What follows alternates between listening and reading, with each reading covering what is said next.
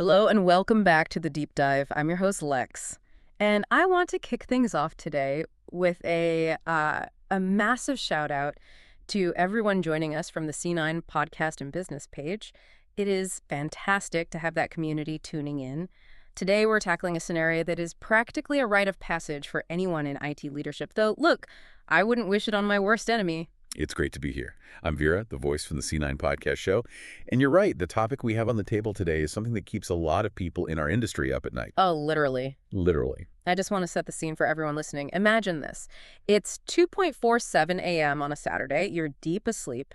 And suddenly, your phone starts buzzing on the nightstand. It's not a text, it's an alert. Your database is down, your entire e-commerce platform has just gone dark.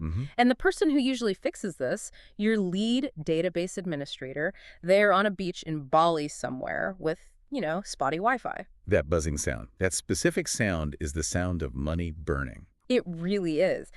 We have a stack of research here from C9. They're Australia's leading custom software and database developers, and we are going to unpack the reality of that 3 a.m. nightmare. But more importantly, we're going to talk about why that whole scenario is becoming obsolete. But first, let's just look at the damage. The C9 report throws out some numbers on downtime that honestly, they made me do a double take. They are startling numbers. For an Australian mid-market business, the estimated cost of downtime is somewhere between $6,000 and $9,000 per minute. Per minute. So while you're just rubbing the sleep out of your eyes trying to find your classes, you've already lost 20 grand. Oh, easily. And that's just the direct revenue loss. You have to factor in, the brand reputation damage, the ad spend that's driving traffic to a 404 error page. The operational scramble. Exactly. The whole scramble. If you have a critical failure on a weekend, by the time you wake someone up, diagnose the issue, which can take hours, and then apply a fix, you are looking at a 4-hour incident minimum. So do the math for us. 4-hour outage, what does that look like? You are looking at a total cost ranging from $1.4 million to over $2 million. Wow. Gone. Just evaporated in a single Saturday morning. That is a staggering amount of liability to have just hanging over your head. And the thing that stood out to me in the research here is that this isn't just a hardware failure problem. It's a people problem. We aren't just running out of server capacity. We're running out of the humans needed to manage it. That is the core of the crisis. The current model relies so heavily on human database administrators, or DBAs, but the always-on culture has, it's essentially broken them. The burnout rate is astronomical. The average tenure for a DBA right now is only about 18 months. 18 months? That's barely enough time to even learn the system before they're gone. Exactly. They just burn out. There was a specific example in the notes, a Melbourne SaaS company, where their senior DBA received 47 after-hours alerts in 1 month. That's more than one a night. That is just psychological warfare. It is. He resigned the next week. And who can blame him? But here is where the Australian market specifically gets squeezed. We're in the middle of a massive skills gap. Right. If you try to replace that senior DBA in Sydney or Melbourne right now, you are competing for this tiny, exhausted pool of talent. You're looking at base salaries of $140,000 to $180,000. And that's before super, I assume? Before super, before benefits, the total package often pushes $230,000. And that is if you can even find them. Right, because hiring isn't instant. I saw a case study here about a Brisbane healthcare provider. They had a vacancy open for 6 months. That is the danger zone. They couldn't find a senior person, so they had to put a junior developer in charge, someone who wasn't a database specialist. The result was, predictable. Performance dropped 40%. They accidentally opened up security vulnerabilities. And they ended up spending $210,000 on outside consultants just to clean up the mess. So the status quo is expensive humans who are burning out, managing systems that lose millions when they fail, and a hiring market that's completely dry. That's a pretty bleak picture. It is. But that really sets the stage for the solution C9 is proposing, the self-healing database. Now, for the non-technical executives listening, they might hear self-healing and think it sounds like science fiction. Let's strip away the buzzwords. What does this actually mean? Okay, think of it this way. Imagine if your car didn't just have a dashboard light that turned on when the tire pressure was low, but it actually reinflated the tire for you while you were still driving down the highway without you ever needing to pull over. Okay, that's a strong image. So it's not just monitoring then. No, monitoring is passive. This is active. It's an AI-powered DBA that lives inside your server. It monitors the system 24/7, 365. It predicts failures before they happen, like that tire pressure sensor. but then it acts like autocorrect. It fixes the issue automatically, usually in seconds. Let's dig into the how of this. The C9 report breaks it down into 5 core capabilities. I want to walk through these because the Aussie examples are wild. The first one is predictive failure prevention. How does a database know it's going to fail next week? Well, it has something better than a crystal ball. It has pattern recognition. It analyzes trends a human would miss. A human DBA might not notice that this space is creeping up by, say, 0.5% a day. But the AI sees the trajectory. There was a logistics company in Brisbane that used to have monthly crashes because their database would get full and just die. It was costing them $216,000 a year. Which seems like such a basic error to be losing that much money on. It seems simple, but humans get busy. They miss the signs. The self-healing system, though, it predicts that exhaustion 7 days in advance. It automatically provisions more storage or archives old data before the limit is ever hit. And the result? 0 incidents in 18 months. 0. That's a massive difference. Okay, so that's prevention. But what about when things just break suddenly? Capability number 2 is automated incident response. This is for the unexpected spikes or, lockups. A Perth e-commerce platform was dealing with 18 major incidents a year. We are talking over $24 million in annualized losses because their site would just freeze up during sales. That is a company-killing number. It is. So they implemented the self-healing system. Now, instead of waking a human up, the system identifies the deadlock or the crash and resolves it instantly. 94% of their incidents are now resolved in under 5 minutes without any human intervention. So what was the saving? They saved $23.4 million in the first year alone. Wow. It's interesting because usually we talk about automation for efficiency. This is just pure risk mitigation. But what about performance? Because a database can be up, but still be painfully slow. Right, which frustrates customers just as much. That's where continuous performance optimization comes in. Think of this like a personal trainer who is constantly adjusting your form while you lift weights. I like that. If the system sees a specific query running slow, maybe a customer search is lagging, it creates an index, which is basically a data shortcut to speed it up. If memory is tight, it reallocates resources. It's constantly micro-tuning the engine. That's proactive, not reactive. Okay, number 4 stood out because of the security side, self-patching. This is huge. The average cost of a data breach in Australia is now over $4 million. And a massive reason breaches happen is because companies are just slow to patch their software. Exactly. Why? Because patching usually requires taking the system down, and nobody wants to schedule downtime. So they just kick the can down the road. They do. A Sydney retailer was only patching quarterly.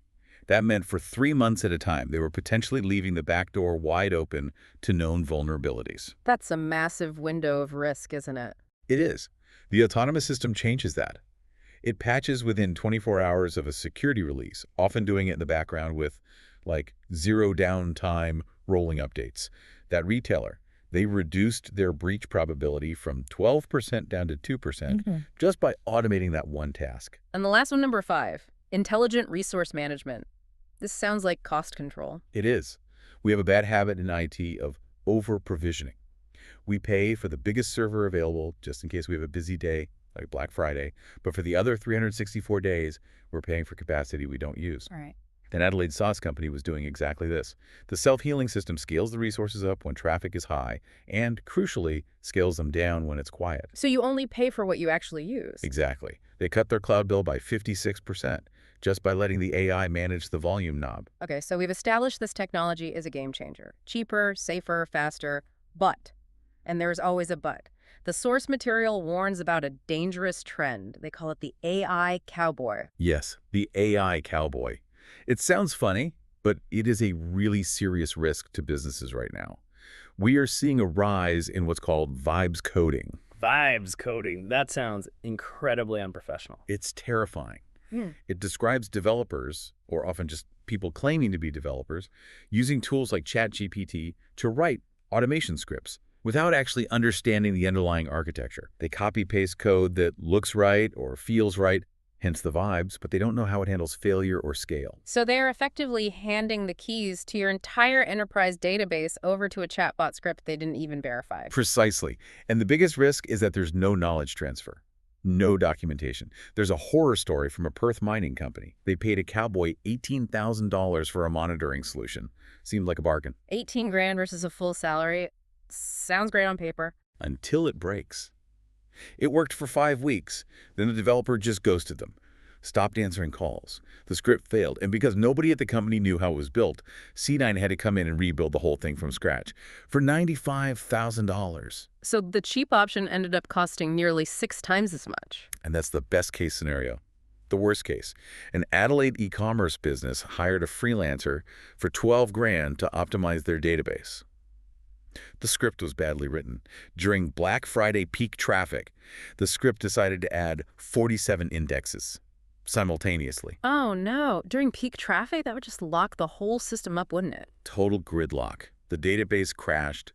They were down for 6 hours on the busiest shopping day of the year. How much did they lose? $420,000 in revenue, all because of a $12,000 script. That is a painful lesson. It just highlights that while AI is a power tool, if you don't know how to use it, you're going to cut your arm off.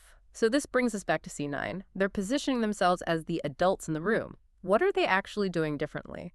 Well, for one, C9 isn't new to this. They have 18-plus years of experience. They serve over 200 Australian enterprises. They aren't generalists. They specialize. They deeply understand the compliance landscape, APRA for finance, My Health Record standards, PCI DSS for retail. You can't just throw a generic AI script at a bank's database. It's illegal. Right. Compliance is that invisible wall. I also noticed C9 uses a hybrid model. How does that work? They do both local and offshore. They have Australian oversight local project managers, architects who own the compliance and strategy, managing a direct hire offshore team for the execution. So you get that local accountability and face-to-face trust, but the price point is blended. What does that look like in actual dollars? 100% local team might cost you $920,000 a year for 247 coverage. C9's model comes in around $500,000. So it's nearly half the cost, but you're not sacrificing the regulatory safety net. Or the communication quality. Another thing is no vendor lock-in. That really caught my eye. Usually vendors want to lock you in forever. They do. But C9 hands over everything. Source code, runbooks, architecture diagrams. You own the solution. If you want to take it in-house later, you can. It's a huge trust signal. And they have skill-based pricing. Explain that. Right. So instead of a blended rate where you pay, say, $150 an hour for everyone, they unbundle it. If you need a junior DBA for basic monitoring, you pay $80 an hour. If you need the database architect, you paid $175. You aren't subsidizing junior work with a senior rate. That transparency is refreshing. Oh. Okay, so for the executive listening who's thinking, I need this, my team is burnt out, how do they start? Because the fear is always the black box quote. And C9 actually advises against asking for a fixed quote up front. They say that just give me a price. The question is a trap. Why a trap? Because if a vendor quotes you without looking under the hood, they are guessing. And when they find legacy junk or compliance issues later, and they always do, they'll bill you for it. C9 starts with the discovery process. Phase 1 is just a free 90-minute call. Low risk. I like that. Exactly. Then they move to a technical discovery and audit. It costs between $6,000 and $12,000. You aren't paying for a quote. You're paying for a health scorecard and precise ROI modeling. You get a real deep dive. And then they use a phased delivery model, which they claim is self-funding. How does a project fund itself? It's just smart cash flow management. Instead of saying, pay us 200 grand and wait 6 months, they break it down. Stage 1 might be 6 to 8 weeks, focusing on a subset of your databases. So you capture the savings from those first efficiency wins? And you use that money to pay for stage 2. There was a national retail chain that did this. They achieved ROI, made their money back in just 19 days. 19 days to break even on an IT project? That's unheard of. It really is. Over 5 years, that project is projected to net them $20.5 million. So let's zoom out. We've compared the old reality to the new. Old reality. The 3 a.m. wake-up call, 4 hours of downtime, angry customers, 28 grand loss. And the new reality is a 90-second blip that nobody even notices. The system fixes itself, sends a log report, everyone stays asleep. The financial impact drops to maybe $125. And the urgency here isn't just about sleeping better. You mentioned a date earlier, 2027. Why is that significant? Because the gap is widening. By 2027, the companies that have adopted this will have such a massive cost and speed advantage that the non-adopters just won't be able to compete. The train is leaving the station. It really is. So for our listeners, especially those Australian business owners and C-level executives who are tired of the firefighting, here's what you need to do. Stop hoping it won't happen again. Because it will. Head over to www.c9.com.au. That's C9, the number 9.com/.ou. You can book that free discovery call right there on the contact page. It's 90 minutes that could literally save you millions and, more importantly, give you your weekends back. And don't settle for the cowboys. Get the experts who actually know the Australian landscape. Absolutely. And while you are at it, please click that follow button on your podcast platform. If you know a business owner or a CTO who looks tired, share this episode with them. Let's turn your database from a headache into a real competitive advantage. Vera, thank you so much for breaking this all down for us today. It's been so eye-opening. My pleasure, Lex. And to our listeners, thank you for tuning in. Until next time, keep diving deep.